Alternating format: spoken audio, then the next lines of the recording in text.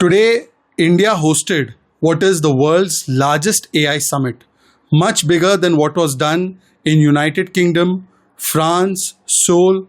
We saw the participation of 100 plus countries, 13 country specific pavilions, hundreds of creators, startup exhibitors, 3 lakh plus registrations, lakhs of people who attended there, leaders of 20 plus countries attending, including the United Nations General Secretary, also the President of France. We saw the top tech companies and AI companies in presence, whether it's Google, whether it's OpenAI, whether it's Tata, whether it's IBM, Accenture, all these companies and tech honchos were present there. It shows that today India is leading and becoming the biggest player in AI. And Prime Minister Narendra Modi also set out the roadmap for our AI expansion, that how we intend to become the top 3 nations as far as AI power is concerned. He also said that AI should be inclusive, democratized, it should work on the principle of Sarvajan Hitay, Sarvajan Sukhay, and it should work for Manavta. And he gave the formula of Manav. On the one hand, we have also seen how French President Emmanuel Macron has praised the journey of the last 10 years. How 10 years ago, that means under the Congress's regime, the common person did not even have access to bank accounts or to digital inclusion. And today, even the most common street vendor is able to use banking facilities via mobile phone. That is the transformation of digital and financial inclusion that has taken place under Prime Minister Narendra Modi. But Congress once again is resorting to AI, anti-India narrative and propaganda, because their Rahul Gandhi is also AI, alone and insecure. And out of his insecurity, every time to target BJP, they target India's story. They run down Indian vaccines, they run down India's UPI achievements, they run down India's economic growth. And now when the entire world is saying that the AI Summit of India has set a new benchmark, once again they are running propaganda against India. This shows that for Rahul Gandhi, the only AI is anti-India rhetoric and negativity. Sir the Kerala story release हो रही है, उस पर बवाल मचा है. हिंदू धर्मगुरुओं ने भी इसका समर्थन किया है. The Kerala story and the part 2 of Kerala story documents how women, unsuspecting women, have been subjected to exploitation, conversion, forcible conversion, love jihad, and these things are a stark reality. And therefore, audiences are accepting this film, have accepted the earlier version also. And no less than the courts of Kerala have spoken about love jihad. No less than the courts and the church in Kerala has spoken about forcible conversion.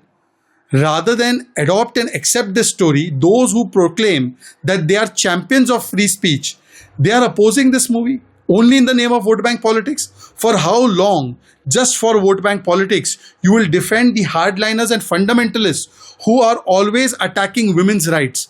They oppose UCC, they oppose the Shah Banu verdict, they oppose the Shaira Banu verdict, and then they call themselves progressive. What is the problem if a reality is demonstrated through a film? And this is also about women's rights and women's empowerment. This shows that the Communist Party and Congress Party and their ecosystem are very afraid of the truth, only for vote bank considerations. Sir VCK ने कहा है कि राहुल गांधी को नेता नहीं बनना है, Stalin को नेता बनना है. देखिए, एक और झटका, एक और जख्म राहुल गांधी के टीम के लिए. कल ही हमने देखा कि सामना का एडिटोरियल छपा कि राहुल को हटाओ, स्टालिन को लाओ, ममता बनर्जी को लाओ. टीएमसी ने भी ऐसा बयान दिया कि राहुल गांधी से नहीं हो पाएगा, इंडिया अलायंस का नेता ममता बनर्जी को बनाओ. और अब एक और पार्टी जो इंडिया अलायंस में है, वीसीके, तमिलनाडु में कांग्रेस और डीएमके की साथी है, वो भी बोलते हैं राहुल गांधी से नहीं हो पाएगा, स्टालिन जी को इंडिया अलायंस का नेता बनाना होगा. इसका मतलब एक और no confidence motion Rahul Gandhi के खिलाफ पारित हुआ है. राहुल गांधी को ना जनता स्वीकारने को तैयार है, 95 इलेक्शन आ रहे हैं, ना उनको साथी स्वीकारने को तैयार है. हर रोज शिवसेना यूबीटी हो, टीएमसी हो, डीएमके हो, समाजवादी पार्टी हो या वीसीके हो, वो उनके खिलाफ बोलते हैं कि नहीं, ये नेता नहीं बन सकते हमारे। और अब तो मणिशंकर अय्यर जैसे नेता, भूपेन बोरा जैसे नेता, इमरान मसूद जैसे नेता, वो भी राहुल गांधी के नेतृत्व को नहीं स्वीकारते।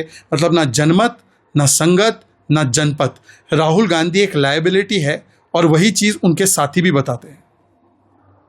अब्बू आजमी ने कहा है कि मुसलमानों को छुट्टी देगी तेलंगाना में, महाराष्ट्र में भी ऐसा होना चाहिए। अबू आजमी को लगता है कि महाराष्ट्र में इस्लामिक स्टेट कायम हो जाना चाहिए।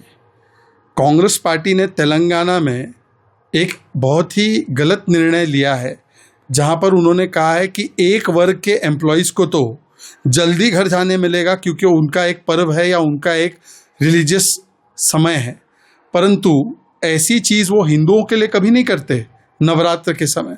और अबू आजमी जी भी आज तुष्टीकरण की ऐसी कंपटीशन लगी है, तो समाजवादी पार्टी को लगता है कि मैं कांग्रेस से आगे निकल जाऊं तुष्टीकरण में, तो वो महाराष्ट्र में इस प्रकार की व्यवस्था चाह रहे हैं।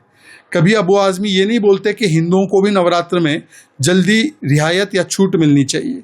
ये उनके दृष्टि को दिखाता है कि कैसे ये लोग जुबान पर संविधान पर मन में चलाते हैं केवल वोट बैंक की दुकान।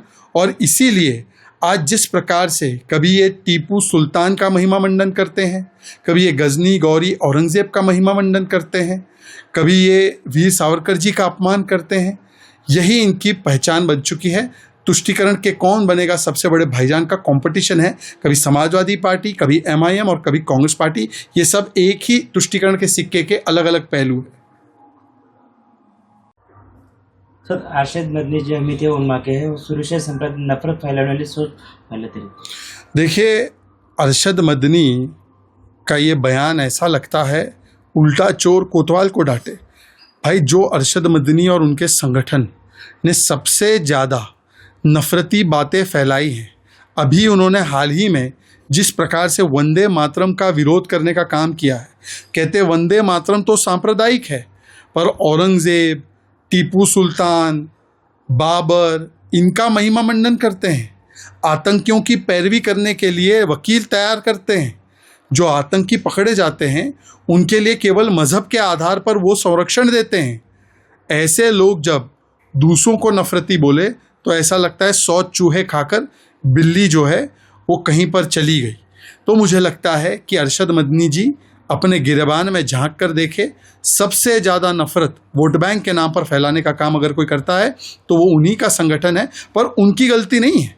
गलती तो कांग्रेस और वो इकोसिस्टम की है जो उनको संरक्षण देते हैं, क्योंकि कांग्रेस पार्टी वोट बैंक की चलानी है दुकान, तो इसीलिए शरिया को रखते हैं संविधान के ऊपर, और इस प्रकार के संगठनों को लगातार संरक्षण देने का काम और हाथ देने का काम समर्थन का वो कांग्रेस पार्टी करती है।